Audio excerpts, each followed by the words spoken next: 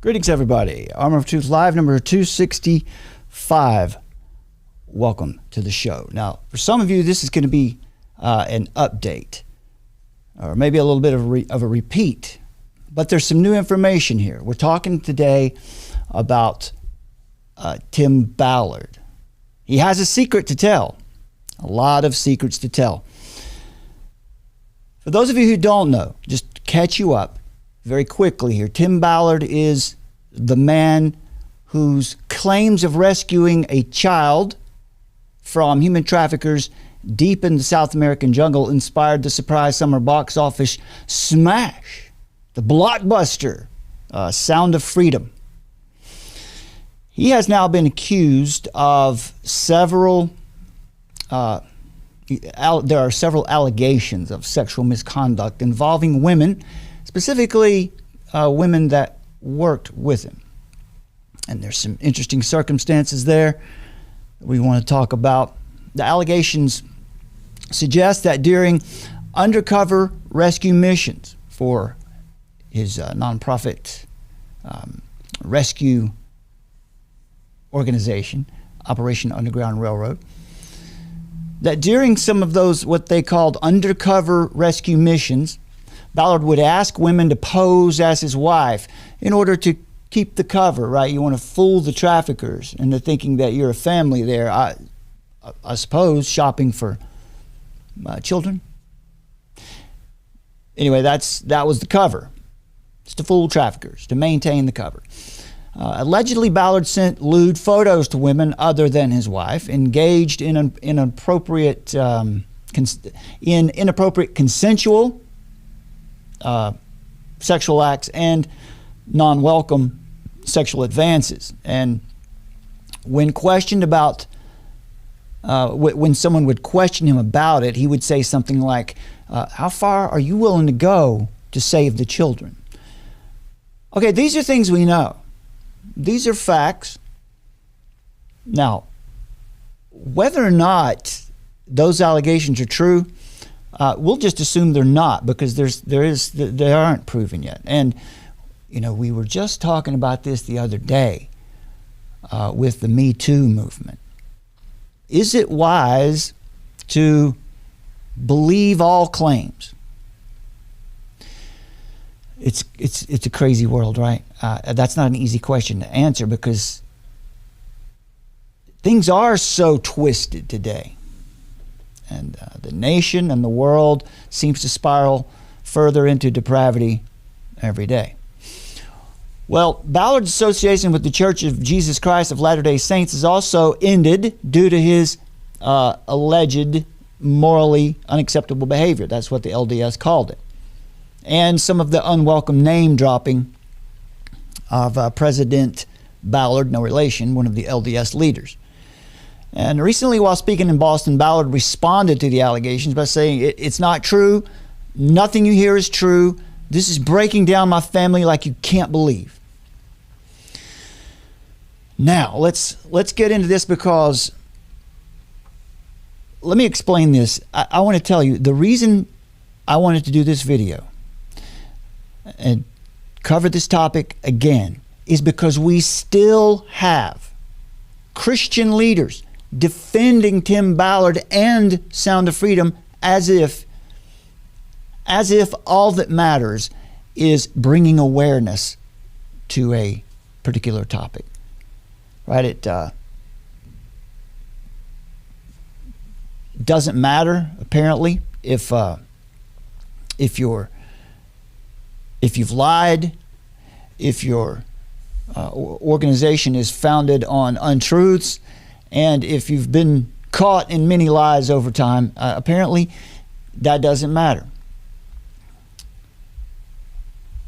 Let's see here. I need to check and see how we're doing. I want you to listen to this, first of all. Here's an example of the kind of protection or sort of blind allegiance that Tim Ballard gets. And anyone who questions Tim Ballard and his organization, this is what you see coming back at you. If you're one of those who does it, you're a godless liberal or something. We're certainly not that here. But check this out. Hang on now. There we go. Praying to God and saying like, hey, how can I say this and not get upset and not get real hype? If you don't support Tim Ballard in the movie Sound of Freedom, me and you have nothing to talk about. Oh, no. Tim Ballard's like a big brother of mine. I talk to him on the phone. I text him. He calls me right back. He texts me right back. That's one of my heroes. He is sent from God. He is sent from the Lord to change the world. And you know what? That's why all these people are coming at him. Because when God sends you on a mission to change the world, people have to try to find something to tear you down. How could you tear this man down for saving children? How? Quit listening to everybody out there in the world say, oh, these Christians came with this movie, Sound of Freedom. They're cashing in, blah, blah, blah. What? Have you even seen the movie? Go see it. Go see it. But us who do support Tim, we need to send him prayers. I know he's strong. He's strong as a bull, but we need to send him prayers. We need to lift him up in prayer. Send him energy because the world's trying to come at him for no reason. Send him energy. We're not going to get into apologetics too much today, but send him energy. That sounds strange to me. We want to send him energy. For no reason. Like I said, this guy will give you the shirt off his back. I know him personally. So Tim Ballard, this is your little bro Alec. I got your back, bro. I got your back. And if I ever see somebody post anything on my page, like, oh, the Sound of Freedom, I went and said blah, blah, blah, blah, blah, I'm blocking you. If you have anything negative to say about Tim, I'm blocking you. And if you don't like what I'm saying, please block me and have a great day. God bless you. If you don't like what I'm saying, please block me. Tim Ballard, I love you. You're There you go. That's just a little bit. That's just one example of the kind of heat you'll get if you come against Sound of Freedom or Tim Ballard. Now, the reason I want to do this video, I've wanted to do this for a while now. I really have a lot of respect and love for Brylan Riggs, someone like Brylan Riggs, or Larry Alex Taunton, just to name a couple, you know, large Christian voices here on YouTube who got it wrong on this. And I understand why. I understand why, because immediately when the movie came out, it was, you know, the progressive left media jumped on it and began attacking it. And usually whenever they're attacking something, it's because it's good. It's because it's a good thing, or they have a habit of attacking anything that is Christian or anything that's traditional. Here's the difference. We're not talking about any of the claims that the progressive left media made. We're not even depending on these new allegations of sexual misconduct. We don't need to go that far down the rabbit hole. All the truth we need is sitting right out in plain view to show you that no, this is not a man or a film that needs to be promoted and celebrated. And here's a disclaimer. We assume that all our viewers, all the people who read our blog, would agree, right, that calling awareness to modern slavery is a worthy goal. Trafficking of any kind, especially with children. That we want to call attention to that. We want to end it. Especially, it's good to call attention to something if it leads to action. But the assumption that has been that it doesn't matter if Tim Ballard and or his movie Sound of Freedom are false because they bring awareness and that is good, that doesn't follow. Should we expect good fruit from a tree of lies? Jesus taught in Matthew 7, verse 18, that a bad tree cannot bear good fruit. Likewise, in Matthew 12, verses 34 and 37, Jesus instructs that a man's words are a reliable revelation of his inner character. So out of the abundance of the heart, the mouth speaks. For every idle word men may speak, they will give an account of it in the day of judgment. So in short, the words we speak are a good measure of a man's character. Tim Ballard has been exposed, and the facade protecting Sound of Freedom is crumbling. Yet many political conservatives and Christian leaders continue to vehemently defend Tim Ballard and the film. I'm not saying The film's okay, just don't. Both of them. They need to be called out. And they have been. It's just that our brothers and sisters don't seem to be catching on. Brylan Riggs, his channel is so edifying. It's awesome. We can't get it right all the time. That's a fact. We mess it up here a lot, I'm sure. We get a lot of things wrong. But here on this one, I would really love to see some of the big Christian voices out here on this platform finally just say, okay, wait a minute. We can't support something that's so obviously steeped in mystery and intrigue and lies.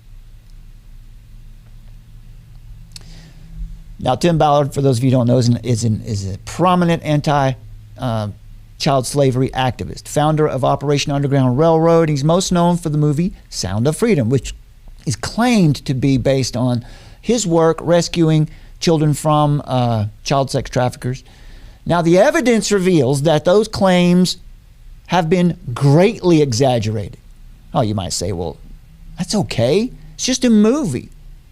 It's just a movie. They always make things bigger in the movies. Yet that's not what we have here. What we have here is a claim that the movie is based on true events. And they haven't backed off that claim. Ballard hasn't. And Jim Caviezel went around in interviews in the months or the weeks leading up to the release of the film, which was released on July 4th of this year. And they doubled down and tripled down and quadrupled down on the fact that, yes, these are true events. All of these happened. It's funny because the day after the film was released, Operation Underground Railroad put out this set of disclaimers about events in the movie that were not true, that didn't actually happen. Now, we're not going to go into each of those today, but we're going to give you the big one. We're going to give you the big chunk so you know why we have to call this out for what it is. Now, his claims have been greatly exaggerated. Specifically the claims of his adventurous rescues in the jungles of South America. Operation Underground Railroad is a nonprofit group founded in 2013 by Tim Ballard, and there's an origin story that goes along with Operation Underground Railroad, and that origin story is the movie Sound of Freedom. Operation Underground Railroad achieved massive popularity on social media, due in part now to the popularity of the QAnon movement over the last 10, 12 years. Because along with that came a genuine wave of concern about the safety of children around the world, and specifically what some of our own elites or politicians might be involved with there. Now, naturally, the rescuing of innocent children, like we've said before, that's something that a lot of people would like to be associated with, especially those who are criminals, those who are perpetrators here. They would like to be associated with something having to do with the rescue of them. It would be a good cover. Now, earlier this year, when Sound of Freedom came out, Ballard was vaulted into the spotlight. Right? He's made a lot of money off of this now, and we don't begrudge him that. God bless you. Make your money. But the problem is, it's all founded on lies. Jim Caviezel, best known for the portrayal of Jesus in Mel Gibson's Passion of the Christ, plays the role of Tim Ballard in the movie. Ballard's character is depicted specifically now traveling into Colombia in a valiant effort to try to rescue this girl who is the sister of a little boy.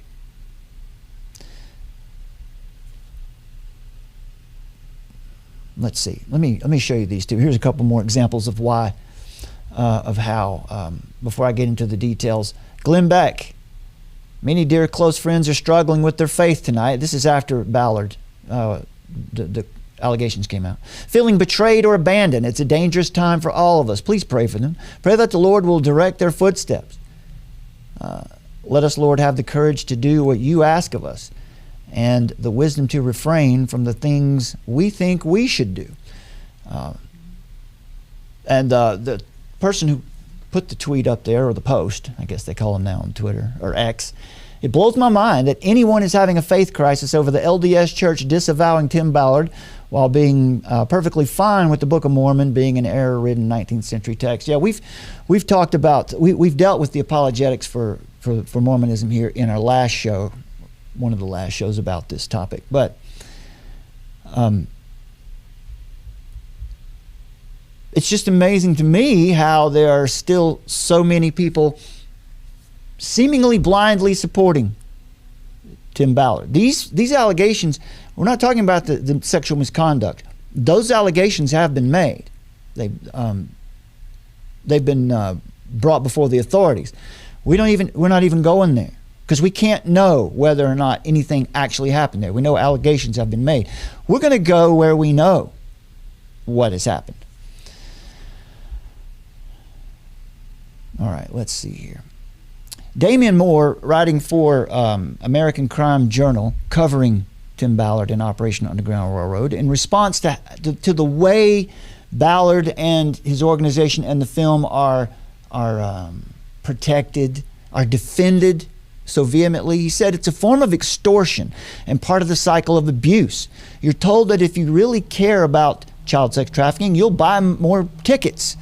Don't ask questions. And those who dare do, they are just as bad as the traffickers and part of the liberal conspiracy to normalize pedos. They'll tell their followers that telling the truth is akin to both attacking their faith as well as supporting the criminals. Now, as I said, this film was quickly and easily associated with QAnon by the mainstream media and progressive bloggers and podcasters, and that's because Jim Caviezel made it very easy for people to do that. He's the one who played Tim Ballard in the film. Caviezel seems to have no filter when he's speaking publicly. He'll say anything. He'll apparently repeat any theory that aligns with his worldview, regardless of evidence or even plausibility. Jim Caviezel seems to run on faith, and I mean hyper faith. He's got too much faith in people. Now, Ballard is a little more careful about what he says publicly, but he has no problem associating openly with known fakes, frauds, and grifters. This is true. Now, it's funny because the film's director, Alejandro Monteverde, he said in an August 15th article in The Guardian that Jim Caviezel's unnecessary QAnon-esque comments while promoting the film hurt his work. So let's listen to some of, first of all, a little bit of Tim Ballard's own responses. Here he is releasing a video slamming the false allegations made against him. Hey guys, I'm in a very special place right now in Washington, D.C., the Soldier's Home, the Lincoln Cottage. Abraham Lincoln lived here during the summer months, and especially the summer of 1862 when he was writing the Emancipation Proclamation, which was very difficult. He was being lied about. He was having so much pressure upon him. Don't do it, his advisors told him, because the North may not accept it. He believed that if he did it, it would lead to the end of slavery. So lots of pressure and having to make a decision. I currently am under fire with false allegations from sources that we have not been able to determine yet. I'm sure you've seen some of this in the press. And I want to read you the statement that the Spear Fund, an organization dedicated to rescuing children by partnering with multiple organizations around the world. We just made deals in Central America. He's talking about the Spear Fund. This was a new fund or a new organization he started. Let me catch you up here. At some point earlier this year, Tim Ballard resigned from Operation Underground Railroad. It was well ahead of the release of the film Sound of Freedom. It was only reported by Vice News. It was reported by Vice on June the 13th. So that's 2 weeks 2 or 3 weeks before the film was going to be released. He had stepped down months before that. So the question, first of all, is why was Tim Ballard's removal from Operation Underground Railroad kept secret for months? Well, he comes out when he's asked about this. Here's where he responds to this. He says, now this is a tweet from July the 14th. So this is a day after the story broke. And you start hearing some of the deception appear here. End of the film, it used to say, and then they created Operation Underground Railroad. Again, I also became the CEO of the Nazarene Fund. I told Angel Studios, take the logo off of who you are. I love it. That's my baby. I made it. Take it off. Because so many organizations out there are doing such great work, and we're not the solution to every kid. For many we are. Neither is the Nazarene Fund. And so I actually, before the film came out, I stepped down from both so that I could create something brand new. Remember now, this happened in the middle of June. He was saying this. It had been months. He stepped down months before the announcement, and he's on Tim Pool's, he's on the Timcast here, and the only reason he's saying it on Timcast is because it got out. Some people around Operation Underground Railroad had leaked it. And here he had to admit it. It's the only scalable approach. And it supports Nazarene and OUR. It's called Rescuer. The best rescue organization, the best group, whatever it is. Basically, that's all it was there, saying that he had started the Spear Fund. So, setting a timeline for you. Why was Ballard's removal from Operation Underground Railroad kept secret for months? If everything is on the up and up, why wouldn't he just announce he's stepping down, start a new organization? No, it was all kept very quiet. Now there's a clip too of right here. I think this is it. Matt Osborne, that is Tim Ballard's replacement at Operation Underground Railroad, was asked specifically just a few days ago, September 6th, why did Tim Ballard step down? A lot of people didn't know he had stepped down until these allegations came out. This happened months ago. So let's listen to his response. I just ask you, does this sound like a group that's excited about telling you the truth about things? But the next day, Rolling Stone reported, anti-trafficking group that inspired Sound of Freedom dodges questions about why founder left. Essentially, it's, can Matt comment on Tim Ballard's exit from OUR? Look, I'll just say clearly and openly, we're focused on the future. We're not focused on the past. We will always be grateful for the founding of Operation Underground Railroad. And so again, that is on how we answer. We wish Tim well, but we are focused on the future. We wish Tim well, but we're focused on the future. Again, my point here is we don't need to rely on these new allegations. In fact, I think, now when you think about what does Oprah Winfrey have to do with this? There's a lot of suspicious things around Oprah, and I'm not going to sit here and accuse her of things, but she's a mysterious lady. She has some very strange ideas about religion and spirituality too. And so there are questions. Is Oprah somehow behind these kinds of allegations coming out? Are Oprah and Mel Gibson warring behind the scenes? Who knows? There's a very strong faction on YouTube that continues to put forth videos using Oprah's name and Mel Gibson's name, and they throw that stuff out there every day as if there are some kind of new developments. Grifters. So be very careful about that. So we don't need to go into those allegations. We can just stick with what we know. Let's jump ahead here to this. Now, in a 2020 interview, Tim Ballard told the true story of the moment he committed his life to saving these child slaves. He gave a harrowing story of how he rescued a brother and a sister from the clutches. This is known as the dog tag story. This is the foundation story, the origin story of Operation Underground Railroad. This is how it goes. He rescued a brother and a sister from the clutches of a trafficker. Now, I don't know how long this clip is. We might not watch it all because I've got the story for you. Let's listen. When was the moment where you saw something that just said, I'm taking this on as a life mission, not just as a part of my job, but... It was the first time I saw a child that was from the videos, when I was like, this is it. I had to make a decision at that point. So what had happened was, we got intel, an American man was kidnapping children in Mexico, smuggling them into the United States. And in San Bernardino, you can look at this case up. His name's Earl Buchanan. You can look this case up. And if you do look this case up in the Los Angeles Times, you will find out that what Tim Ballard is about to say is not true. Some of it is. This is what he seems to do. He seems to take a kernel of truth and build it out into a big story.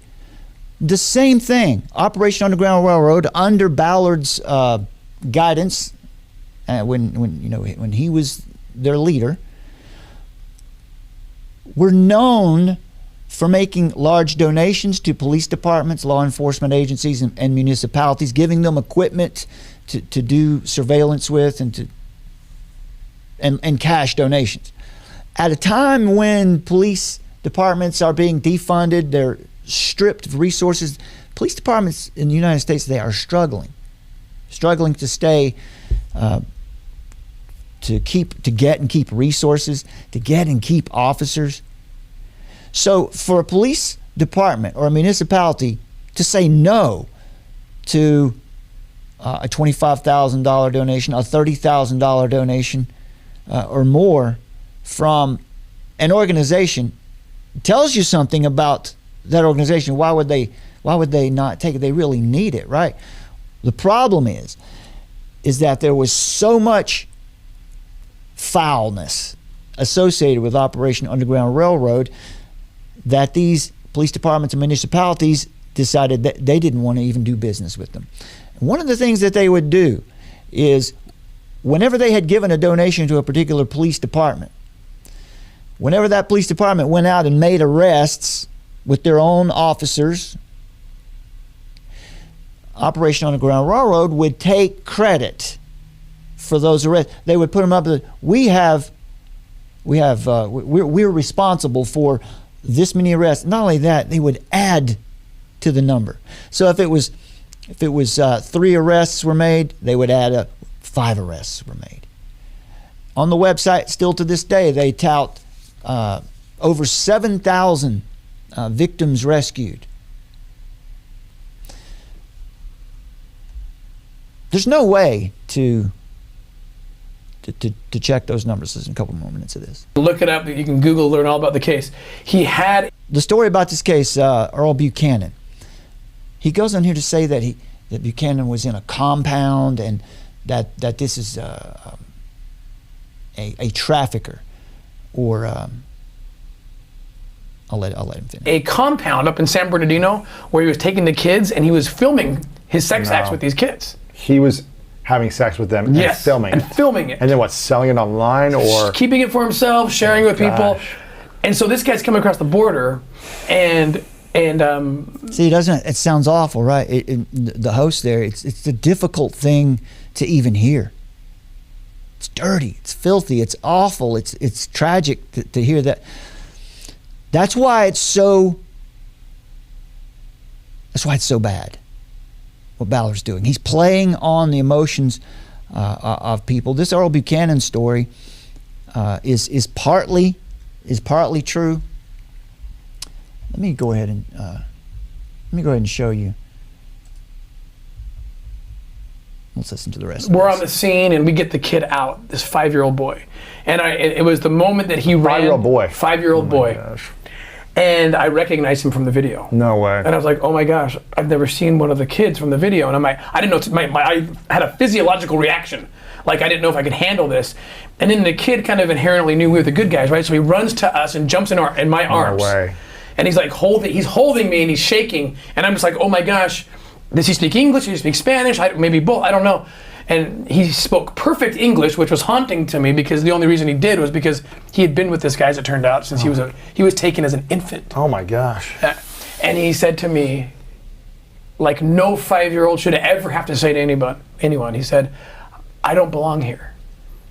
And the pain was so severe for me because I could immediately multiply that statement by millions of kids. And that was it. And then that led to raiding the compound, and we found 11 other kids. No. Yeah. How old range? About from 6 to 12. None of this pans out when you read the news report and the court. You read the court documents. Nothing's corroborated here. I'll get into some more of the details here. So he mentions the name here, Earl Buchanan. His name. You can Google this for yourself. You can read these news stories for yourself. This stuff is not hard to find. When you compare what he's saying to the news reports and the court documents, what you see is he's not telling the truth. He claimed that we got an American man and he was kidnapping children in Mexico, smuggling them into the United States. That's not true. Here's after reviewing the court documents, it's clear that Ballard's team did not receive intel. He's saying that. Let's read this document here. There we go. On July 3rd, 2006, that's when this event took place. At approximately 4:30 p.m., defendant entered the United States from Mexico at the Calexico Westport of Entry, and he was claiming that info came from DHS. Buchanan did not kidnap the child from Mexico. Officers called the child's grandmother, and she confirmed Buchanan's story, that he had taken the child to Mexicali to visit his family, and Buchanan was a close friend of the family. Now, certainly a grooming situation. But after being referred to secondary, Buchanan informed the agency he had stayed in Mexicali with friends. The child lived in Banning, California with his grandmother, and Buchanan is very close to the child's family. This is typically how these offenders work anyway, right? So instead of the grand story of 11 kids and it's a trafficker with a compound, it was really a pedophile who was close to this family. The agent telephoned the grandmother, who identified herself as the guardian of the 5-year-old child, Jose.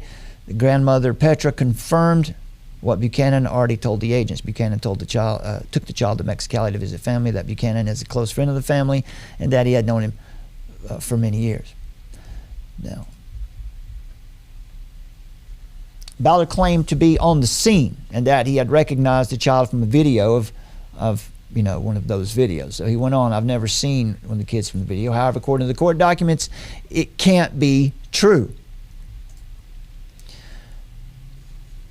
Says, I received a telephone call. Special Agent Tim Ballard, received a telephone call from my supervisor, Special Agent Leticia Navarro, who advised me that Customs and Border Protection officers at the Calexico Port of Entry had found child pornography tapes in a vehicle driven by a man who was with a young boy. I was also informed there was a potential child victim. I recall this was the approximate time of the telephone call. Just sat down to have dinner with my family. Now, Ballard claims to have recognized the child from the video, again, according to the court documents, as late as January 16, 2007, over 6 months after the arrest. The identity of the boy in the video was still unconfirmed because his face was not visible. Right. There we go. The identity, there you go, there's the court document. The identity of the boy had not been confirmed because his face was not visible. So that's, I saw him. This is the first time I had seen one of the kids that I'd seen in the videos. This goes on, and I don't think we have time to go through all of these claims today, but I'll hit the big ones for you. And I want to share with you here Lynn Lynn Kenneth Packer. This is the investigative reporter who's been following Tim Ballard since 2019, for 3 or 4 years now. By the way, let me ask you this. It was quite common, and we reported this earlier, for Tim Ballard to take VIPs on their rescue missions when they would go into other countries, running around the world carrying their AK-47s, or whatever they use, automatic weapons, paramilitary, and they just travel around the world. Civilians, citizens. You know, going into Colombia and playing Rambo.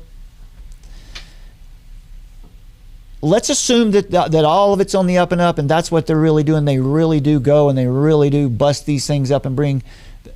Are you actually going to take tourists with you when you go to run a undercover rescue mission? Would you take tourists with you? Would you bring along the ladies? Now, no doubt some of their tactical forces might have been women, but none of it adds up. None of it adds up. So that's another point that I just thought it was strange. What respectable, serious, actual paramilitary organization is going to invite tourists to come along with them as they go in to dangerous areas to do extractions and all that? But that's something that was common. Sean Reyes, what is he, a congressman or senator in Utah, was one of those VIPs. I think he pays $70,000 or something like that. It might not be that much, but it was some number between $50,000 and $100,000 or something like that to go on these excursions with them. Let's listen to Lynn Packer here for just a minute as he's going to, let's get to the dog tag story. Good place to start would be right here.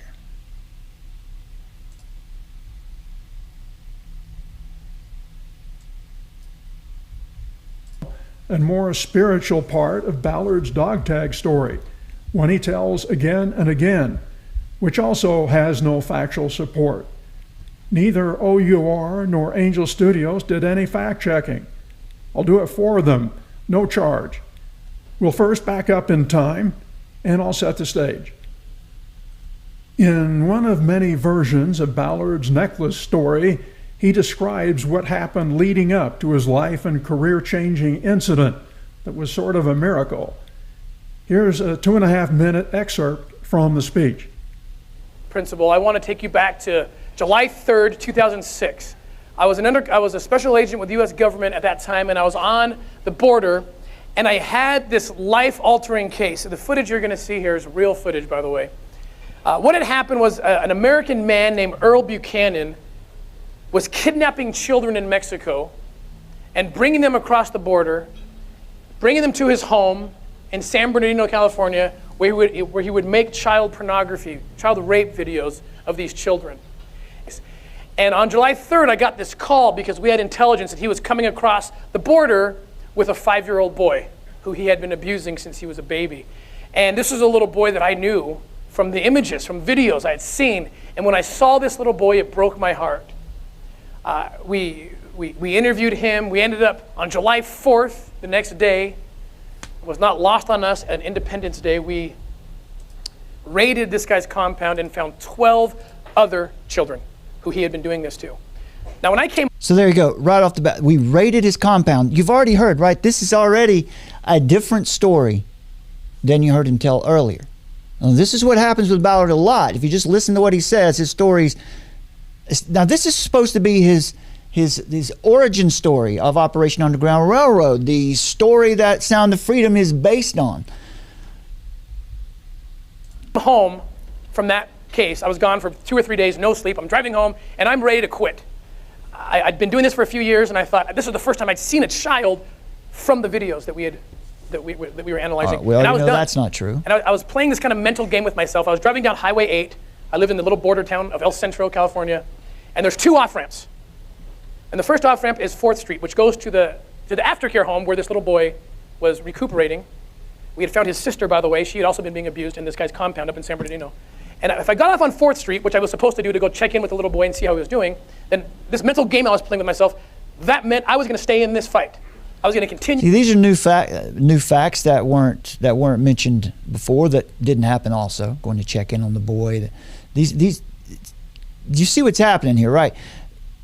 He's gotten so good at raising money, at fundraising, perhaps he's begun to believe that he can say whatever he wants to say, right? That he's bulletproof now, because when you're working to shut down the child trafficking trade industry, well, who's going to question you, right? You in this. If I skipped 4th Street and went to Dogwood exit, I was going home. Again, small town, 2 exits. The next exit, Dogwood, is my home. And if I chose that meant I was quitting. I was going to turn my badge in and do something else with my life. And as I was driving, I was thinking, I'm going to go to Dogwood exit. I can't do this anymore. I can't handle this. But something happened, and I ended up almost something beyond my will. All right, so this is spiritual, right? This is, you want a good origin story. You want something that's really going to tug at people's heartstrings and make them believe that you are actually called by God to do this. You've got to have a good spiritual element, something that, things like this happen to people, for sure. But this man has a very loose relationship with the truth. And I turned onto 4th Street. Ballard had made a lot of false statements leading up to talking about the dog tag incident. Earl Buchanan had not kidnapped children in Mexico. Homeland Security investigators did not have intelligence that Buchanan was coming across the border. Ballard had not seen video of the boy prior to the suspect's detainment. Buchanan's house near San Bernardino was searched the next day with a warrant, not raided. Neither the boy's sister nor 11 other children were rescued at the house. What happened after law enforcement agents searched Earl Buchanan's house on that 4th of July holiday, 2006, OUR's website says God intervened as Ballard neared the very end of his 160-mile drive from San Bernardino back to his El Centro hometown. OUR says, after being on the clock for a hard 48 hours, Tim was finally driving back to his little town in El Centro. His eyes were welling up with tears. The intensity and traumatic nature of his work inundated his mind and heart. The weight of children's lives, the tremendous darkness, deep disgust for the sadness he constantly witnessed, crushing down on him till he was drowning in thoughts and emotions. Then, surfacing through his tears, he saw swiftly approaching the highway exit for Dogwood Road, the path to his home. Ballard faced a life-altering decision: take the Dogwood exit and go home, or take the 4th Street exit to a shelter and interview the boy. Ballard said, "Something happened to my hand. Something willed my hand to turn off onto 4th Street. The McNeese shelter home is off the 4th Street exit. Ballard calls it an aftercare facility, does not call it by its name, McNeese. The home is for the temporary care for, among others, child victims of sex abuse." Ballard said, "I went and got the kid. That was the transformative moment." And then, the dog tag story. I went and got the kid, and then I had this, that was the transformative moment. I went to that little boy, and I sat in a room with him with some toys, and I was just talking to him. He seemed happy. He knew that we were the good guys. And right in the middle of it, of the meeting of him, he was just coloring, happy. He just starts sobbing. He jumps off his seat. He comes running over to me, jumps into my arms, and he's just holding me, and he's shaking, and I'm shaking. And we're both crying. Then he gives me this dog tag. All right, before we get to the dog tag, have you caught on? There's another contradiction in what happened just before the boy came and jumped in his arms. It's a different story. Half the time the story it changes. That his sister had given him, and I didn't know what it was. And I tried to give it back, and he made me take it. So I took the dog tag home, and I looked at it like a nickel and dime thing. I don't know what it is. And I go home, and I'm still at this point of like, it's do or die. I'm all in or all out. And that whole experience with that kid just killed me. I walked into my house. I literally, my wife can tell you this. I walked in, and I saw my children. I had about 4 or 5 at the time, and they were happily running around, and the whole dichotomy of like, wait, how can you be happy when this little boy is just down the street? And it's like this underbelly that we don't see. It's happening right in front of us. And the whole thing was too much. And I literally, the only time in my life, my knees buckled. I half passed out, but I woke up on the ground. And then here's the miracles I talk. So, I mean, I half passed out, and you would need to add that detail. Right? There's a lot of things added in here for effect. Talk about where God then, he gives you what I call tender mercy sometimes. He'll give you a little token on the path. Like, you did the right thing. The dog tag necklace. Okay, my son is in the room because he's like, what's up with dad? What's going on? My son picks, he's the same age, maybe 5-6 years old, but the same age as this little boy. And he's like, Dad, where'd you get this? I'm like, oh, a little boy just gave it to me that we helped. He said, that's cool. How do you know your name? Like, you put your name on the necklace. I said, no, my name's not on the necklace. You know, it's his necklace. And, no, your name's on it. I'm like, what are you talking about? So I look at the necklace, and it's actually a scripture. It says man of God. And on the other side, it has all the attributes. It's a scriptural reference from the book of 1 Timothy. Ballard tells at least 3 versions of the story. The boy gives Ballard the necklace at the border on July 3rd, and Ballard sees his name on it. The boy gives Ballard the necklace at the shelter. Then Ballard takes it home, and that same day, July 4th, Ballard's son points out the name on the necklace. Ballard takes the necklace home where it sits for several weeks until his son comes across it and tells his dad his name is on it. The timeline of Ballard's narrative does not add up. There is no record of Ballard or anyone interviewing the boy at the shelter on that July 4th holiday, when Ballard says he had been awake almost 2 days and was returning to El Centro after a 2.5-hour drive from San Bernardino. There is a record of the boy being interviewed at the shelter the next day, on July 5th, an interview conducted by an assigned caseworker. It's possible Ballard was present to observe. The interview was video recorded and would have shown whether the boy jumped into Ballard's arms and gave him a necklace. In addition, the boy wasn't even in El Centro on July 4th. I'll show you this map. Here's the border between the United States and Mexico. Buchanan was arrested at the Calexico border crossing on July 3rd. He was taken to a jail in El Centro right next to the border. The boy, however, was taken to a San Diego hospital for a medical examination. That's where he was on July 4th, the day Ballard insists he interviewed him in El Centro. A search warrant was, in fact, executed on Buchanan's home near San Bernardino on the holiday, July 4th. The child victim was returned to El Centro on July 5th, the day records show he was interviewed forensically. The boy's sister, all this time, was in Banning, California, not being held captive in either a Colombian jungle or at Buchanan's home near San Bernardino.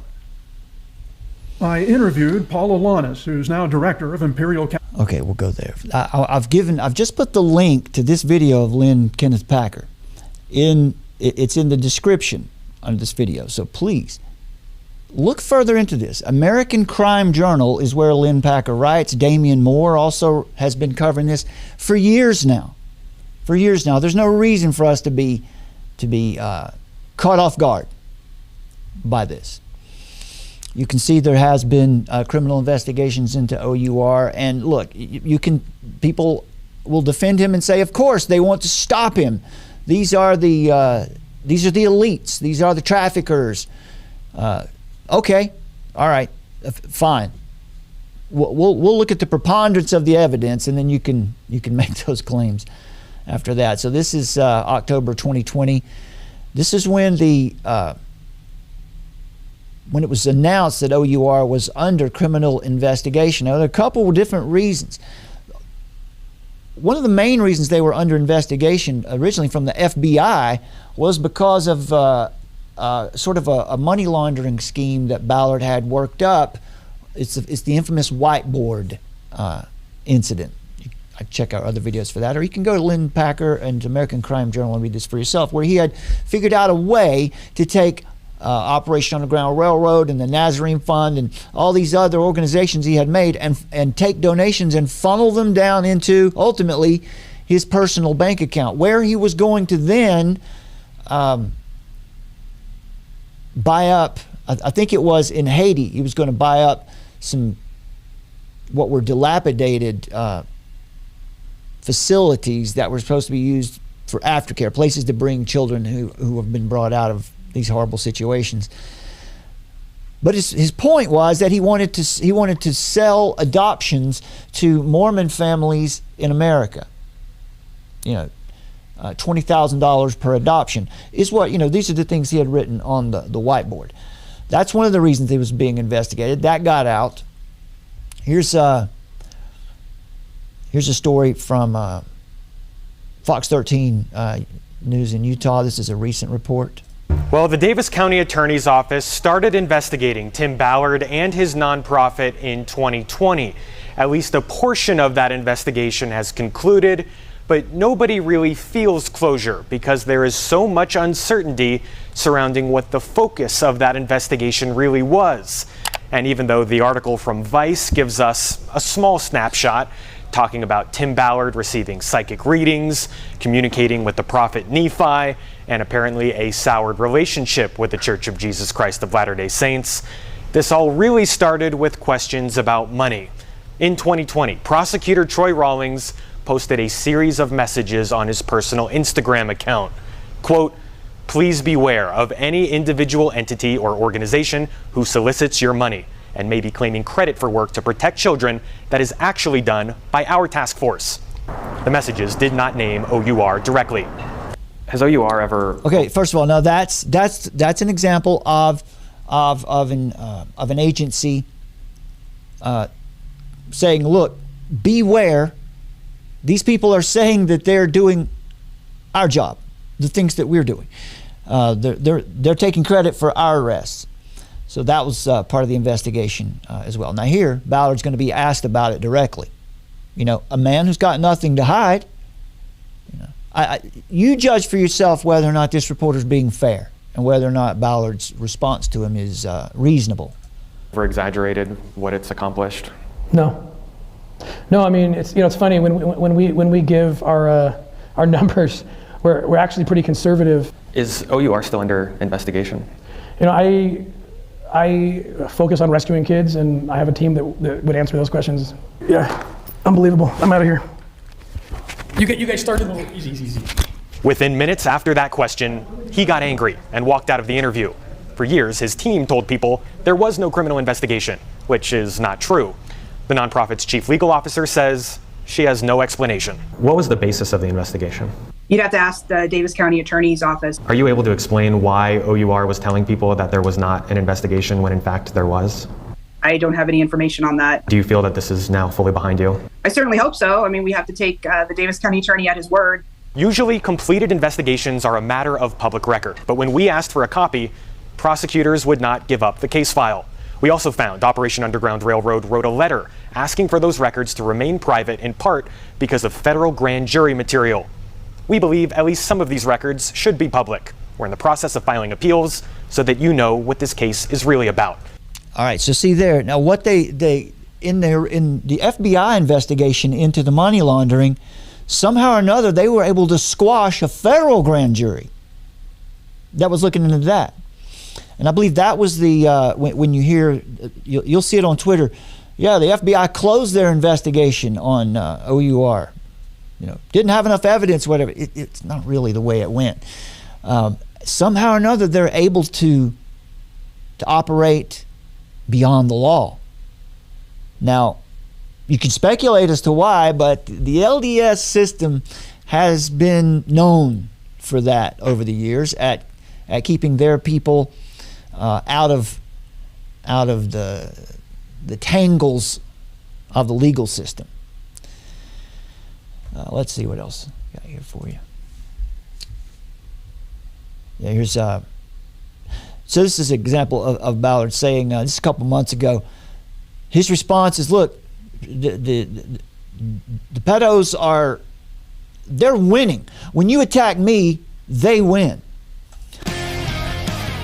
On July 4th, the #1 movie in America wasn't Indiana Jones. Disney spent $300 million resurrecting Harrison Ford and releasing the summer blockbuster. By the way, that was an awful movie. The box Terrible. office. It's called The Sound of Freedom, and it beat Indiana Jones on opening day. The film's based off the true story of Tim Ballard, a former Homeland Security special agent who saved kids from an international sex trafficking ring. It is the fastest growing international crime network that the world has ever seen. We're Homeland Security. You know we can't go off rescuing Honduran kids in Colombia. This job tears you to pieces. And this is my... Ballard joins me now. So Tim, why is the media hating this movie? I can't understand it. The film was made, produced, written like 5 years, 6 years ago, way before anyone heard the name QAnon. I still don't even know what QAnon is. In the meantime, they're trying to connect it to some conspiracy when, in fact, like you said, this is a true story. These are real kids. I mean, these kids are my friends. They're young adults now, the ones that were rescued. They're going to come out soon and tell their story. It's going to be very awkward when the mainstream media comes after these kids next and accuses them of being part of some conspiracy when, in fact, they were rescued from a life of rape. It's the most bizarre thing I've ever seen in the media, perhaps. So there you go. Again, if you're not on my side, you're part of the problem.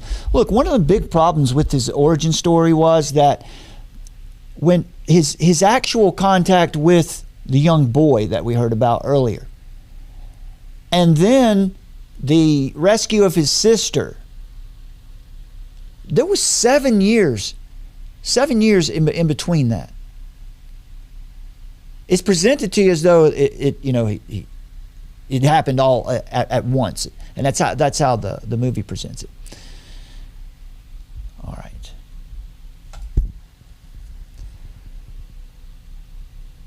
Hey guys, I'm in a very special... We saw this already. Yeah.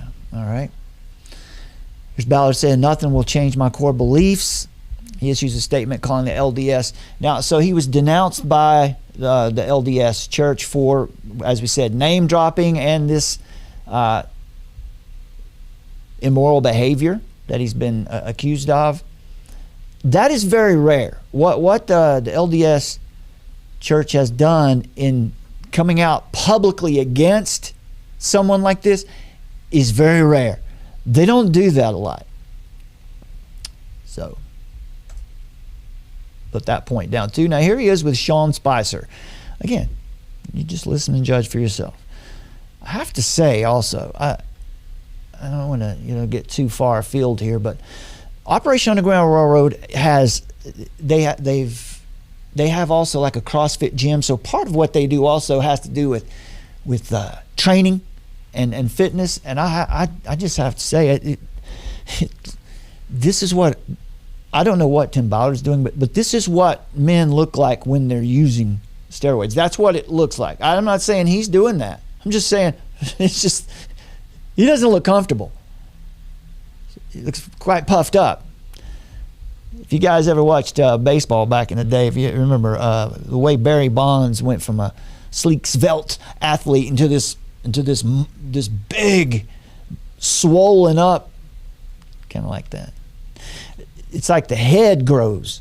The head gets bigger somehow. I'm going to run again. You live in Utah. Yeah. There's a seat that's going to be open. Well, that's the very seat that I was asked to look at weeks ago. And I was very seriously considering it then. And how about now? And this now is a lot easier. I'll be honest, even more so. I'm very... To bring you update here, he's thinking about running for Mitt Romney's seat in the Senate. He's going to jump right into the Senate. And he says that this is why all this is happening, is because he announced that he wanted to run for office. Very, very serious. What gets you in? My wife and prayer and just making sure. So she says yes. When you go home, you're in. That's how it's always worked in the past. Okay. So even before Senator Romney announced his retirement, a lot of things were building up to this consideration. I was with the president of Honduras last week. Okay. And the president of Guatemala last week. And I was just listening to them and their plight and their tears over the plight of their people because of our border policies. We're talking about millions of people being affected by forms of... So he goes into the border policies here, and he's been at the Capitol testifying before panels just this week. It was just this week on trafficking. So, he's the guy. He's the guy. He's got the ear of Donald Trump. Donald Trump made him the head of, really kind of a symbolic head of an advisory committee on trafficking. Here's something that's really strange too. Some of you may or may not have seen. This is a painting. I don't remember the artist right now, but there are several of these. This is a painting that Tim Ballard had commissioned. Now, in the middle of the railroad there, that's Tim Ballard, and you see they're carrying the children. And over here on the left, that's Harriet Tubman. She's kneeling down to honor Tim Ballard. You've got Abraham Lincoln back there, some other people. You've got some Some biblical figures. Glenn Beck is in there. He's over on the right. There's a Glenn Beck guy there. There's some founding fathers in here. Okay. That's unusual. That's kind of odd, don't you think?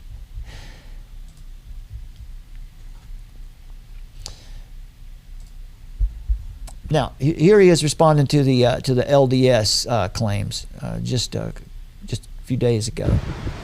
I'm as human as anybody, but how is it that my decisions and my actions, which led to the rescue of over 7,000 women and children.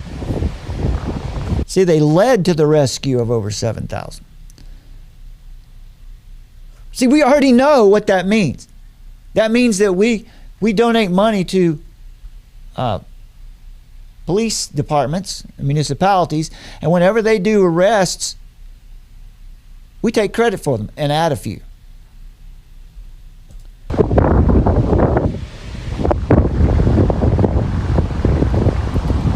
And the arrest and imprisonment of over 5,000 traffickers and pedophiles. I ask you, does that body language look confident? He's got his arms, he's closed off. I know he's upset, but... You tell me how I'm the bad guy in that story. How is it possible? I pray to God the Church of Jesus Christ and Latter-day Saints wasn't part of this. So, he thinks quite highly of himself. This tweeter here says, this poster on Twitter says, thanks to Lynn Packer and his team, we know for a fact that Tim Ballard was using Glenn Beck's funding to take Sizzle to the rescue, right? That's what they call it. When you take the statistics of a police department and say that it's your statistics, that's called sizzle, because we got to have sizzle so people will give us more money. So we create numbers and statistics. And why?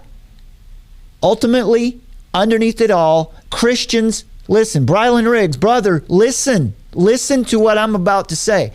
All Tim Ballard does is for the Mormon gospel, right? It's take Sizzle to the rescue to lead them to the covenant.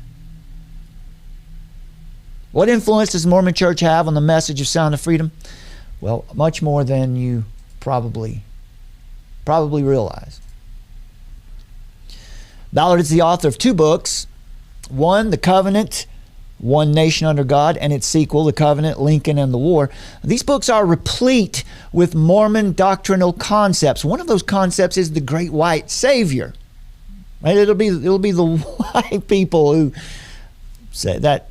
Anyway, I'd be careful. We're on YouTube here. I don't know what would happen with that, but that's part of a doctrine here that he's pushing. This is the covenant. That's what they call the covenant.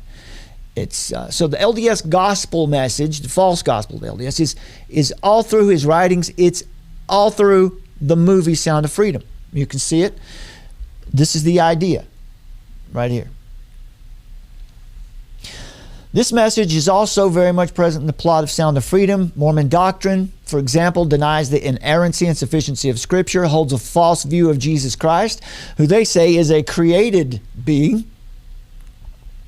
The LDS false gospel teaches that mankind can perfect himself over time, and in seeking perfection will ultimately become not like God. He's going to go one up on the serpent, right, in the garden. You won't become like God, but you will become a God. You'll rule over your own planet and you'll populate it. Now, Jim Caviezel, a Roman Catholic, likewise denies the sufficiency of Scripture and affirms an errant doctrine of salvation, among many other contradictions. Now, both of these men who have been out in the press touting the movie and pushing it say they're warriors for God, say they've both been called by God. Both of these men present themselves as messengers for Christ, but it's not Christianity.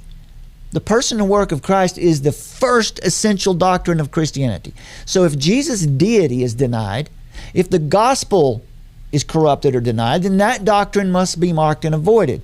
So when Tim Ballard and Jim Caviezel say that they are warriors for God, as they have multiple times, it means absolutely nothing. These men have opposing views on who God even is. And Tim Ballard and Jim Caviezel stand side by side and say we're warriors for God. They both disagree on who God is. These men are prophets of their own testimony. Tim talks about a created God of which there are millions, just like him. Jim Caviezel talks of the God of the Bible, but believes a false gospel of works righteousness, where the church administers God's grace and the seeker must perform sacraments to build merit and maintain his salvation, kind of like being hooked up to an IV. Right? You have to, your salvation, your grace is dispensed through the Roman Catholic Church, not from Jesus Christ, not from the Holy Spirit. These are both obviously false doctrines that will save no one. But still, yeah, this is all about being called by God and, all that. Also, even though Operation Underground Railroad rakes in tens of millions of dollars per year now, Ballard still tithes donor money when he was still with them. He would tithe donor money, OUR's donor money, to the Mormon Church. That's another claim that Lynn Packer brought out. Tim Ballard believes he's a prophet, and he is seeking a spot in LDS leadership. Now he takes exception to this. Also, let's see here where he says this. Yeah, here you go. Listen to this. He said he got a spiritual download. Lynn Packer talks about that here, where he received a spiritual download, and that's where God told him, find the lost children. As a spiritual download, he received a clear and undeniable answer: find the lost children. I knew exactly what that meant, he said, starting a private nonprofit organization. One article was even titled Called of God, but this particular story disparaged Ballard. Meg Conley, a writer and fellow LDS ward member, wrote Ballard told her he'd been called to this work by God. She was invited to document her experience acting as an operative, where, like Ballard, she would be fake arrested. But her article called the op disturbingly amateurish. Ballard, on more than one occasion, has called Conley a hater and a liar and defended his calling. She agrees to come, and she writes a story called Called of God. And she says, Tim Ballard told me he'd been called of God.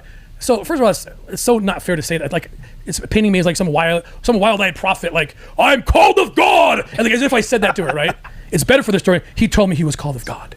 Okay. Now, I think everyone has callings, and I do think that I have followed, and my wife and I, as you and others, have followed inspiration. People of faith do that, and I do believe that this is the will of the Lord for me to do this and leave my job and do this. So if you're called of God, then own it. Right, he just wanted to kind of back away from that because he knows there's a lot of donors out there who don't like to hear that kind of stuff. Anyway, this is why we have to be very careful with movements like the one that emerged in support of Sound of Freedom. Characters like Tim Ballard. Have to be careful of The Chosen. Anything that comes out of Angel Studios, really. Be careful. Be suspicious of the Reawaken America tour, for example. Evidence of his claims are difficult to come by. In fact, you see a lot of contradictory information about it. He's misrepresented or greatly exaggerated his involvement in all of these. As Vice News reported, they said people who have volunteered for OUR have raised concerns that it could actually have been creating demand for trafficking victims by going to foreign countries on undercover missions, walking around in bars and sex clubs asking for underage girls. The organization's support for law enforcement has at times been wildly exaggerated and involved OUR taking credit for the agency's operations after making relatively trivial donations. And then, of course, it's much touted aftercare program that doesn't actually exist.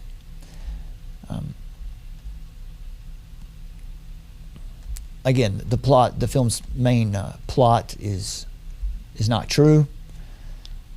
And Ballard and Caviezel have doubled down on this story being a true account of real events. They still are.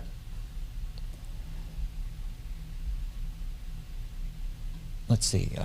I want to let you hear the quotes from. According to publicly available tax filings of 2021, Operation Underground Railroad reported revenue of more than $47 million for 2021, and Ballard took a salary of $335,000. Now, if that's interesting, because just 2 years, I think it was 2019, they brought in less than, I think 2013 they brought in less than $1 million. So they were pretty successful at bringing in funds, right? Tim Ballard, if anything, he's a good fundraiser. He's a lying fundraiser. But if you don't think this is relevant and that Sound of Freedom must be supported simply because it brings awareness to the topic of trafficking children, think again. Satan is most often subtle in his deception so as to soothe the ears of humanity with better versions of salvation. Beware. These people are confusing truth with error and confusing the living God with the God of their own design. Ideas have consequences. False notions of the Savior have eternal consequences.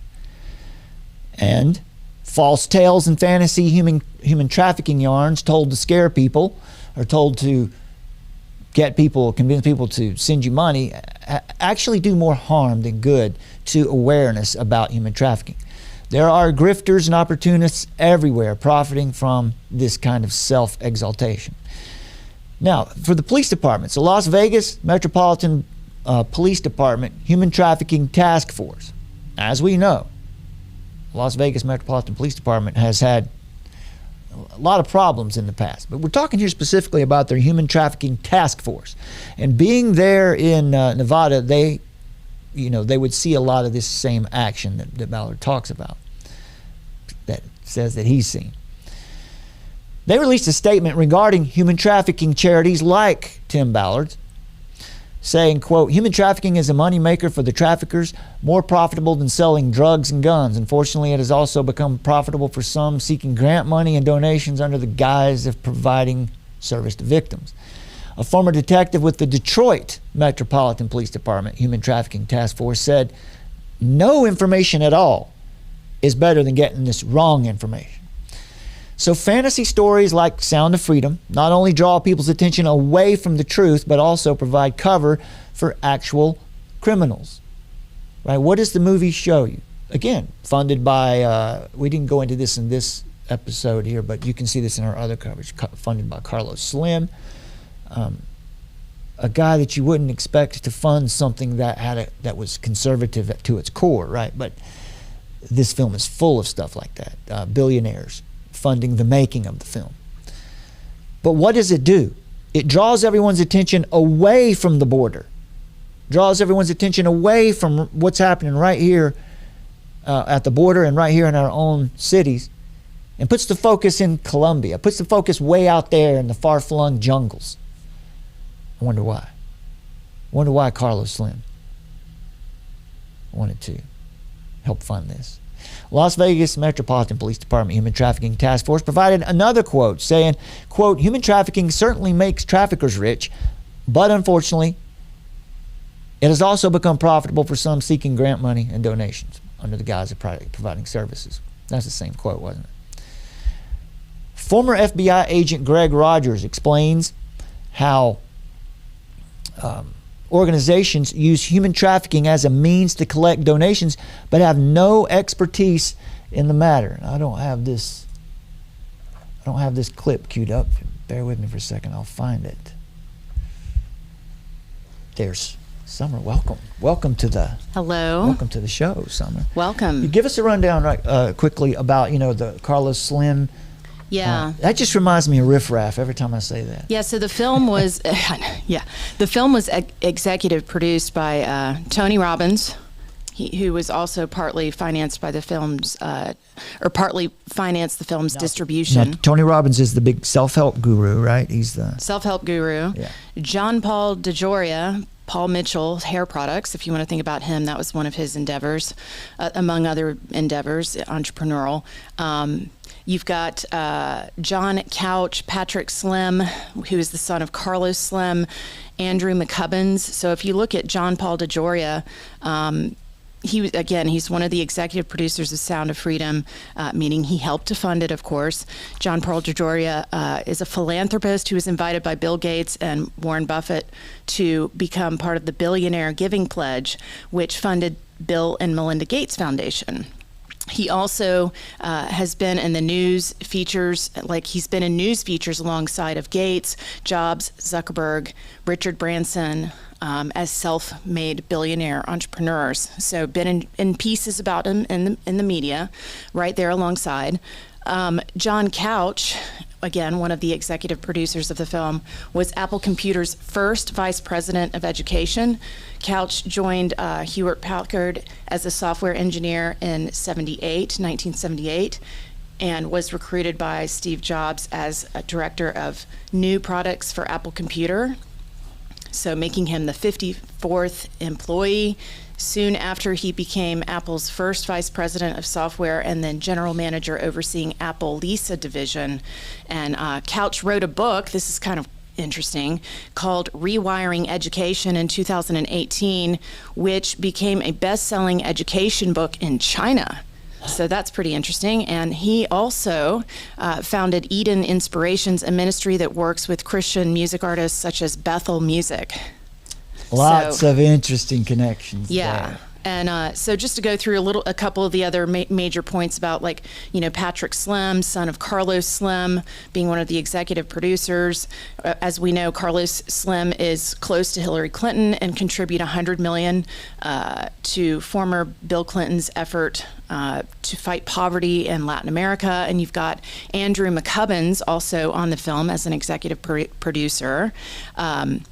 Very controversial, as he ran a telemedicine company that paid kickbacks to physicians and nurses to exchange for unnecessary prescriptions for genetic screening tests, which were processed by a lab that McCubbins owned. Medicare reimbursed up to $8,000 per test, according to a federal indictment. And according to this document, McCubbins has not been sentenced as a delay that he attributes to a COVID backlog of cases.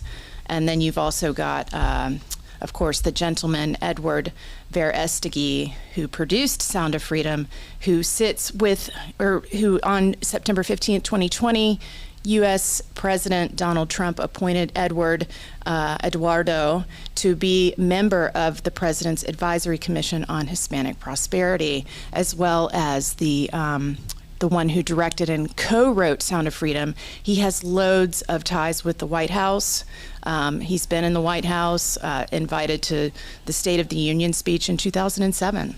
So quite a few interesting ties when you think about who's behind the funding of Sound of Freedom. There's organized crime in there. Indeed. Yeah, organized crime and. Well, you follow the money shysters. trail, right? You follow the money trail, and you think, here's a movie that's supposed to be very, very much on the right, and having families of God and family and faith, and let's do the right thing. But if you look at who's funding the film and who's involved in the executive production side, you can see a very different tale. Like, why might those people be so invested in getting this message out? And then you look at all of these things that are going on in the background with Tim Ballard. Yeah, so that's kind of I think that's probably what you and I were kind of suspecting all along, is that what they were really doing is, whether they did that on purpose or not, the effect is the same. It takes the focus off of the border, takes the focus off of, we've seen these documentaries about the prostitution, like in Houston and in major cities, where someone gets close to the family and pretends to be a boyfriend and takes a young girl into prostitution. That's far more common. And this trafficking that happens at the border, it takes the focus off of our immediate problems, our immediate threats, and puts it way out there. And it just seems like someone might want to do that if they're the one profiting and benefiting from the trade. If you look at the 80,000-foot view, it's like, why might those people want to fund this film, and how might they use it against the more traditional values that are in the country? Yeah. So here's the clip from what's his name again? The FBI agent Greg Rogers explains how what Ballard claims to be doing, I don't think he's actually doing it, but how it does far more harm than good. Special Agent Greg Rogers, who worked child sex trafficking cases for the FBI. He was a guest on the How to Heretic podcast. Rogers said human trafficking has become an industry. It's a very successful way to raise funds, and that Operation Underground Railroad is a very successful money-raising venture. He referred to Reyes's RNC warrior speech. He noted that Reyes raises an immense amount of money talking about human trafficking all the time. But Rogers said Reyes and Ballard speak nonsense.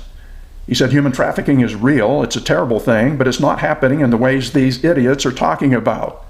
Rogers criticizes OUR's basic concept. It's just crazy. It's a nonsensical way to approach the problem.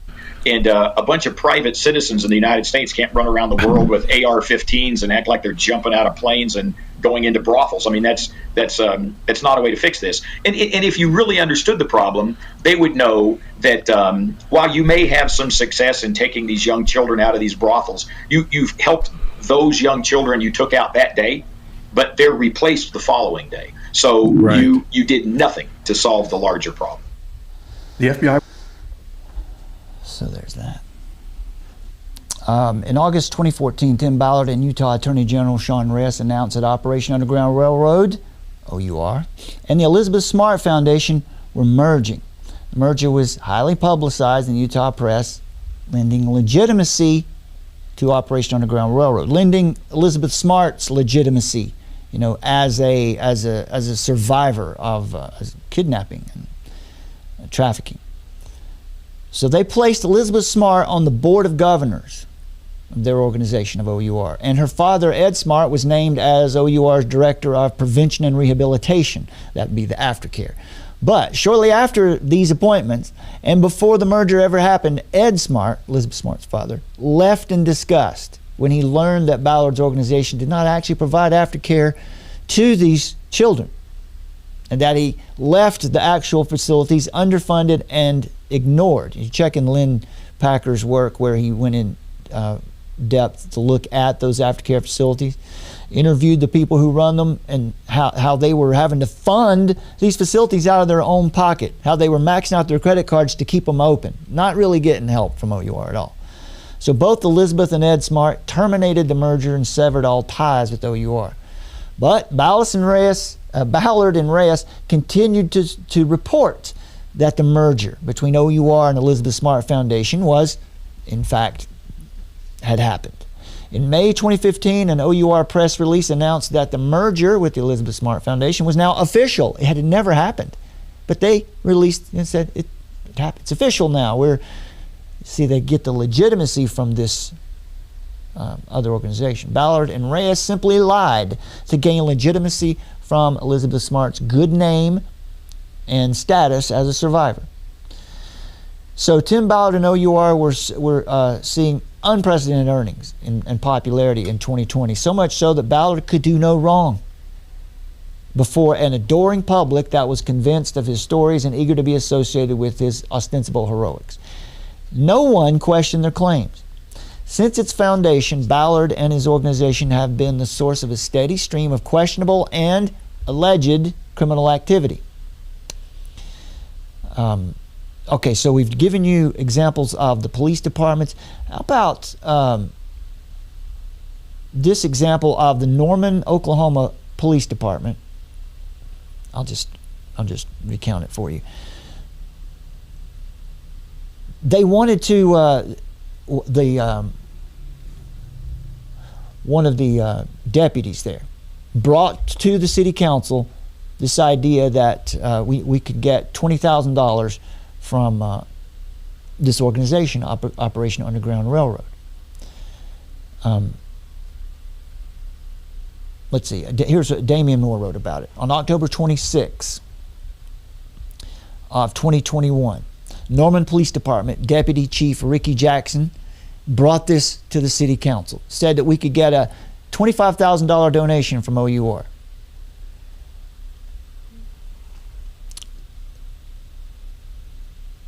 Now, Moore writes this. He says that Ricky Jackson had to go back and do some research because some of the city council members called him out and said, this doesn't look like a good idea. So he says, I interviewed 2 police departments on which both accused OUR of defrauding donors and fabricating rescues. As of 2021, Tim Ballard and Operation Underground Railroad were still counting other police departments. This is 2021, as of October. They were still counting other police departments' arrests as their own. Even more troubling, in each of these arrests, OUR felt at liberty to add half a dozen or so more victims to the count. One provided an article published on OUR's website claiming they netted 2 arrests. The article went on to say 5 children were freed due to OUR's involvement. The problem is there were no children. In that case, both men who were busted with child porn. They were distributing online. There were no kids there. So OUR took elements of a true story and manufactured a human trafficking ring. That's what Tim Ballard does. That's the legacy of Sound of Freedom. So if you're like our friends who show up here in the chat today and you're just deciding to hate the messenger, you don't have to trust us. You don't have to listen to Summer and myself. You can just go out and research it yourself. Just read for yourself what the truth is. They claim to free more children in just 2 municipalities than the entire state reported in 2016. So it's a bald-faced lie. It's pure fiction. It turns out when OUR donates to a police department, there are strings attached. Every bust is a human trafficking ring because who is that guy? Every bust is a human trafficking ring, reporting human trafficking rings because that brings in more donations. Doesn't matter. See, that's why he bloviated the Earl Buchanan case. That's why he bloviates these arrests. Law enforcement doesn't need Tim Ballard. Tim Ballard needs law enforcement to exist. All right, so you can look this up. This happened in Norman, Oklahoma as well. And one of the researchers there said, what's often overlooked also is with Operation Underground Railroad is their perpetuation of LDS church mythology. Right. The nation's leading expert on human trafficking, Ann Gallagher, said their raids show an alarming lack of understanding about how sophisticated criminal trafficking networks must be approached and dismantled, and called their operations arrogant, unethical, and illegal. So the councilwoman in Norman, Oklahoma said, as she was giving this information to the people, or as they were going to decide how to vote on taking a $20,000 donation from OUR, said, I just want to make sure you all understand who you're getting in bed with here. I don't think you guys as a police department should want to be involved with someone like this either. So again, imagine this. In a day when city budgets are extremely tight and raising taxes on citizens who are weary from 3+ year period of trauma and stretched beyond their means financially already, and police departments are saying, no, they're not going to, they can't raise taxes on people, and you've got someone wanting to hand them $20,000 and they won't take it, there's got to be a good reason for that. Norman City Council gave a unanimous no to any donation from Tim Ballard and his organization. They could have used any excuse in the world to take that money. But they wanted nothing to do with Ballard. What does that tell you? It's not an isolated occurrence. This sentiment has been repeated by multiple police departments and municipalities all over the nation. Chris Loftus of the Washington State Patrol echoed the same account. Loftus told Vice News, quote, candidly, in an organization of our size and a total multi-year budget well into the billions, it's not significantly budget impacting. To get, I think they were giving this department $30,000 a year. It's not, they have a budget of billions. He said, quote, we're quite comfortable with our decision to forego any further donations from them and avoid further association with an organization that might provide a distraction from the core mission. American Crime Journal reported this. Former head of Washington State Patrol's Missing and Exploited Children's Task Force, the MECTF, Carlos Rodriguez, was head of that organization when, beginning in 2015, OUR began donating funds directly to support the task force. Rodriguez said they could get from the law enforcement agencies access to numbers they could claim as their own. That's what Ballard calls the sizzle. The sizzle. The sizzle brings in donations when we can make it look like we're doing stuff. So this behavior is a desperate and shameful attempt to obtain credibility and to falsely give the appearance of legitimacy to a wholly illegitimate organization and scheme. Most law enforcement agencies have cut ties with Ballard and OUR, so they're in trouble now. Tim Ballard, as any scam artist and grifter does when he's caught and publicly humiliated, begins to build an alternate reality, begins to live by alternative facts, presents himself as the victim and gaslights the public to support him or risk being seen as a supporter of pedos and child trafficking. Ballard's schemes have never been about human trafficking, never been about saving children or being a warrior for God. So do you still want to stand with Tim Ballard? Look at this. This is what it looks like on Twitter. Marjorie Taylor Greene, I stand with Tim Ballard. Does she really know who he is? There's another one. I stand with Tim Ballard. Are you? I stand with Tim Ballard. Do you? One after another. It was time just before his testimony to Congress. In my opinion, this brave, courageous man should not have to defend himself from the supposed allegations of anonymous sources. Fair enough. Let's just throw those allegations out the window and not even deal with them at all. Let's just deal with what we can know. You see it. You see it, right? There's another one. I stand with Tim Ballard. One after another.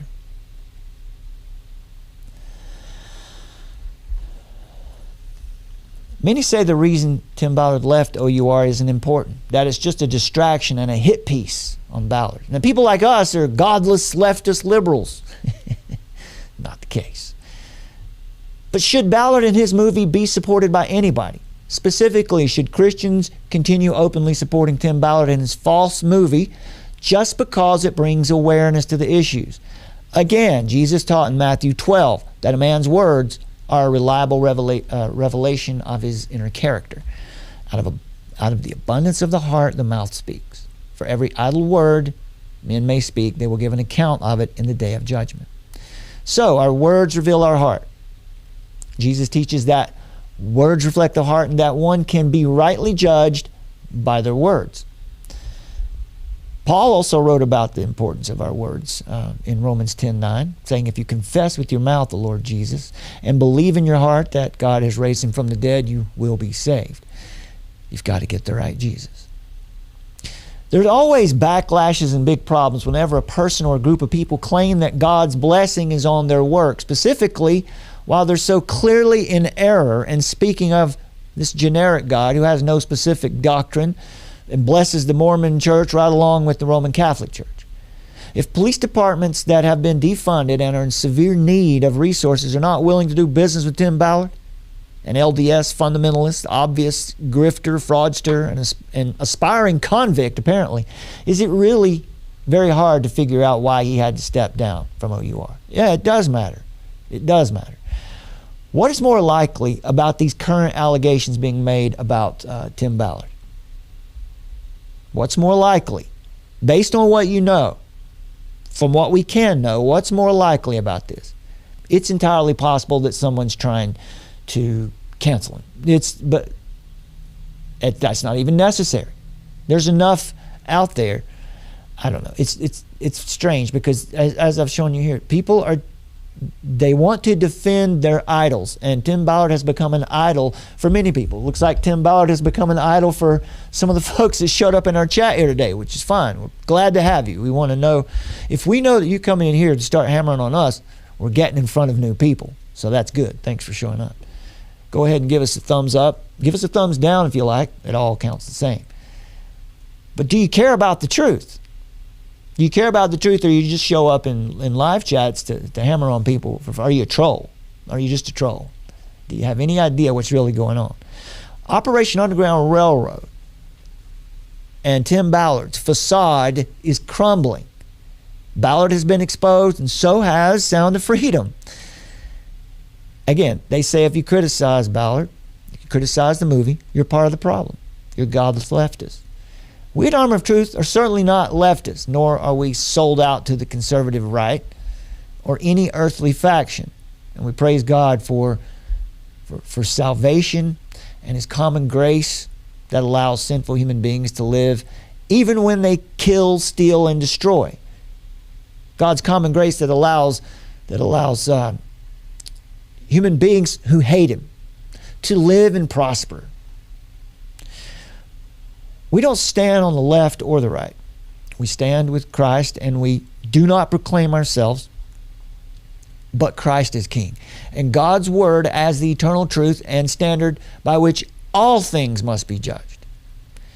Why do so many people have the impression that a follower of Christ must remain neutral, or that it's loving to set aside doctrine? Who are you to judge what Tim Ballard's doing? I'm not his judge. I'm just telling you the facts. We're not judging. We are judging. We are judging the character of the man, because by his words and by his actions, we can see there's a lot of deception here. And you have to mark these people. To be a Christian in this world is by definition divisive. Not divisive for the sake of winning arguments or just being right. Christians are divisive because the world hates Jesus Christ, the real Jesus. And they know that Christians are a threat to their evil works. Why is Tim Ballard out there doing damage control? Why is he firing back so hard? Look, if you were in the right, and you wouldn't need to do all that. In the Gospel of John, right after the part everyone remembers, for God so loved the world that He gave His only Son, that whoever believes in Him should not perish but have eternal life. After that, everybody knows that, but right after that comes the passage very few remember, and that's because it is an indictment of the darkness in the heart of mankind. John 3:19-21 says, "And this is the judgment, that light has come into the world, and people love the darkness rather than the light, because their deeds are evil. For everyone who does wicked things hates the light and does not come to the light, lest his works should be exposed. But whoever does what is true comes to the light." Whoever does what is true comes to the light, so that it may be clearly seen that his works have been carried out in God. So, they love their evil deeds. Many of them, perhaps Ballard, are so deceived by their own hype that they don't even know the difference anymore. Right? Evil is so prevalent in the world today, we often don't even know when we're doing it. They love their evil deeds. They don't want to be found out. But our job, in addition to the gospel and praying for people like this and our leaders and our churches, the gospel and prayer, and our third spiritual weapon, expose darkness. Ephesians 5. Take no part in the unfruitful works of darkness, but instead expose them. For it is shameful to even speak of the things that they do in secret. But when anything is exposed by the light, it becomes visible. So it's not a simple issue. As Christians, we stand against the evil, and we certainly commend anyone who has dedicated their life to the safety of the youngest and most vulnerable among us. And there are groups out there who do this work at the border. Looking for children, investigating and finding children at the border and making sure that this doesn't happen to them or rescuing them from it. And there's in one of our last shows on this, we found a group. I didn't prepare for it today, but a group that doesn't even take cash donations. You can send them tents and Bibles and food and things like that, but they won't even take cash donations because this. But praise God for the brave men and women who are knee-deep in the filth of this tragic reality every day. Let it be known here and now that we are not condemning anyone who is sincerely fighting to save others from exploitation. But we will not stand idly by while anyone publicly defames the name of Jesus Christ, and we won't allow our brothers and sisters to be misled by opportunistic snakes on both sides of this issue. Culture doesn't need a new Christ. They're a dime a dozen. The world needs the living Christ who comes to convict hearts in truth and to perfect His people in grace for good. So beyond the vague of the vague concept of the greater good. We're preparing the hearts of believers for the onslaught of the spirit of the age and confronting unbelief with a biblical social theory that is radically different from all other social theories. Again, we proclaim Christ is King, and we, as your servants, to make a complex world more comprehensible. Therefore, we intend to lift the veil on this whole cultural fiasco, and by God's grace, we'll help you find the foundation of truth, to be strong in the Lord and in the strength of His power, to put on the whole armor of God so that you will be able to stand against the schemes of the devil. Because we're not battling flesh and blood. We're battling rulers, authorities, cosmic powers over the present darkness, and spiritual forces of evil. Therefore, take up the whole armor of God that you may be able to stand. That's Ephesians 6, 10 through 13. Our three spiritual weapons are the gospel, Romans 1, 16 through 18. The gospel is the power. It's the power of salvation to all who believe. And prayer. If you can't find it in yourself to pray for the corrupt officials and corrupt organizations who, if you can't find it in yourself to pray and ask the Lord to bless these people, then you don't have the blessing of the Lord resting on you. If you question my logic there, just read the Sermon on the Mount. Jesus says you're never more like Him than when you're being persecuted, or when you're blessing your enemies or blessing those who are corrupt. Why would we do that? Because that's how you change the world. That's how you change the world, through God blessing these people. He will respond. He will respond to His people when they pray. So I think that's all we've got here. That'll be a good. I wanted to get it at an hour and a half to give it a little better chance, but that's all. And I'm very happy that the lovely Summer joined us here at the last section of the show. Thank you for coming in and being with us. My pleasure. That was an excellent addition that you added there. That was some. You can't lie with the numbers and who's behind it. Yeah, that data is the facts are the facts. Yeah, you can't get around it. All right, let me get. There we go. All right, folks, on our way out here, I want to remind you about the Armor of Truth mobile app. You need to download the Armor of Truth mobile app, because that's how we're going to stay in contact. That's how you'll be able to find our work if something ever happens here where we can't be here. And right now, you download the Armor of Truth mobile app, you get live notifications and a link wherever we're going live, whenever and wherever we're going live. I sent out one about 30 minutes before today's show. You get exclusive content, articles, reports, and resources. Summer dropped a new article yesterday on bricks. Yes, I posted that. It would have come into our Substack and also onto our mobile app. And I'm going to have an article ready on this topic sometime later today that will get posted on Substack as well, so that it'll have all the stuff that I left out here, all the details and links where you can get to it and find it for yourself. All right, if you can support Armor of Truth financially, every donation makes a difference. Donation of any size, doesn't matter. It's an incredible encouragement to get donations from you. You can use the Armor of Truth mobile app Give tab, or visit our website, armoroftruth.net/donate, or follow the links in the description under this video. Also, subscribe to our Substack. You can make sure you're signed up for our newsletter, all in the description of this video. And if you can set up a recurring donation to help us plan for the future, that really helps us out a lot. That helps us to know how much longer we have out here. So what are you waiting for? Download the Armor of Truth mobile app today. And finally, my name is Brad, and I'm joined by my talented and precious wife, Summer. Together, we're Armor of Truth, and we're seeking a worldview revolution through God's revelation. Faith is resistance. Yes. Woo-hoo.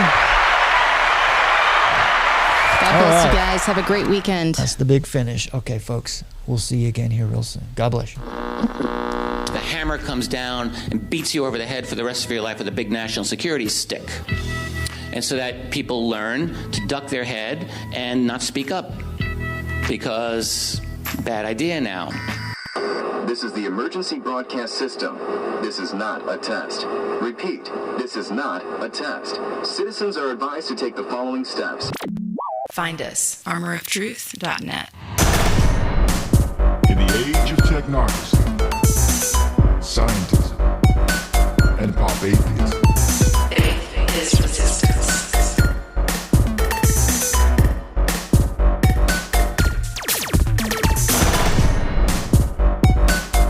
Nietzsche, of course, announced the death of God and called for the birth of the Übermensch, the Superman,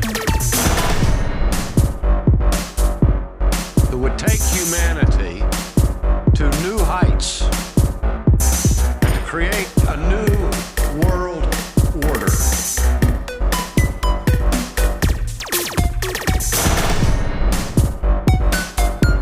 Find us at the Armor of Truth YouTube channel. This is not a test. Repeat, this is not a test.